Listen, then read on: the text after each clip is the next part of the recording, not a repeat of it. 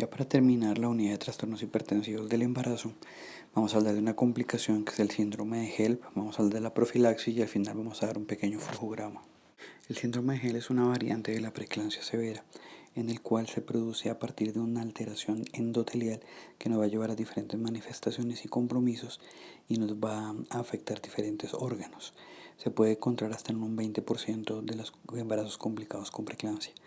El síndrome de HELP viene de una sigla en el cual la H significa hemólisis, que está dada por presencia de células inmaduras, aumento de la LH mayor de 600, la EL que es la elevación de las enzimas hepáticas, el Ever-Liver, en el cual vamos a encontrar la TGO y la TGP por encima de 70, y la LP low plaque, disminución de las plaquetas.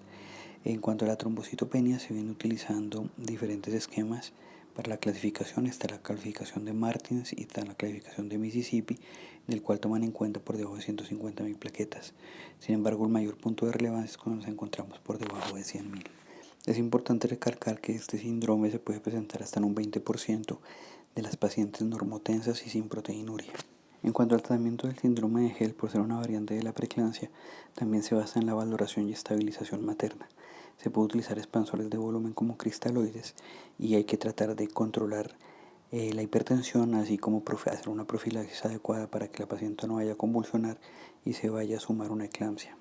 Así también como un estudio complementario que puede ser con un TAC abdominal para descaptar un hematoma subcapsular que puede llevar a una ruptura hepática por la distensión de la cápsula de Gleason.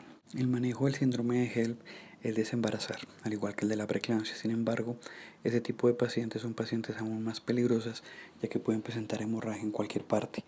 Regularmente se desembarazan por cesárea y no se les coloca analgesia neuroaxial, por lo cual tocaría hacerlo mediante una cesárea con anestesia general.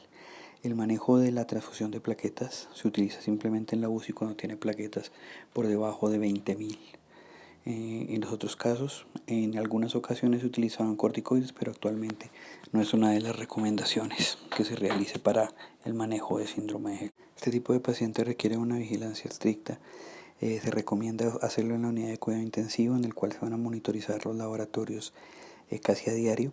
Y este tipo de paciente es importante saber que puede tener diferentes tipos de complicaciones, como puede ser la eclampsia, puede también haber sepsis, puede haber edema pulmonar. Y hay una cosa importantísima y es que también hay que hacer los diagnósticos diferenciales con otras entidades que pueden ser muy parecidas, en las cuales está la púrpura trombocitopénica idiopática, el síndrome hemolítico urémico, el famoso CHUA, que es el síndrome hemolítico urémico atípico, en el cual también hay alteración renal y pulmonar. Y el otro importante es el hígado graso del embarazo, en el cual hay que tener cuidado con las glicemias, ya que si a estas pacientes no se les hace un control de glicemia, pueden morir por una hipoglicemia, siendo una patología muy fácil de manejar. Ya para concluir lo que tiene que ver con los trastornos hipertensivos del embarazo, debemos poner mucho cuidado en el manejo posparto, ya que es importante saber que las pacientes pueden salir con hipertensión y con cierto tipo de trastornos secundarios a la preeclampsia o a las complicaciones que se han podido presentar, como el síndrome de HELP. Entonces es importante saber que este tipo de pacientes pueden requerir de manejo antihipertensivo, en el cual se van a recomendar aquellos con los cuales haya salido. No está recomendado utilizar diuréticos, ya que pueden afectar directamente la lactancia del feto. Lo otro importante que hay que tener en cuenta es que si la tensión continúa o persiste por más de 6 semanas, estaremos hablando de una paciente con hipertensión crónica. Y ya para concluir, tal vez una de las cosas más importantes que tiene que ver cuando tenemos una paciente que ha presentado una preeclampsia o que la puede presentar es la prevención. Para eso vamos a hablar de dos cosas importantes que se han venido utilizando y que han tenido verdaderos resultados, que es el uso de la aspirina y el uso del calcio. Están recomendadas utilizarlas entre la semana 14 y la 34. No se recomienda utilizar aspirina después de la semana 34, ya que estamos cerca de que la paciente pueda tener un parto y puede tener un riesgo de sangrado mucho mayor. Las dosis para dar es aspirina ASA de 75 miligramos, bueno, si no se consigue de 100 miligramos, y el calcio se recomienda al doble de la dosis normal en las pacientes embarazadas normalmente, o sea, sería de 1.2 gramos. Aquellas pacientes que está indicada la utilización de ASA serían aquellas pacientes que tienen alto riesgo de presentar preeclampsias, cuáles son las pacientes que tienen enfermedad renal crónica, hipertensión crónica, que tienen diabetes tipo 1 o tipo 2, o que tienen alguna alteración como síndrome de anticuerpos antifosfolípidos.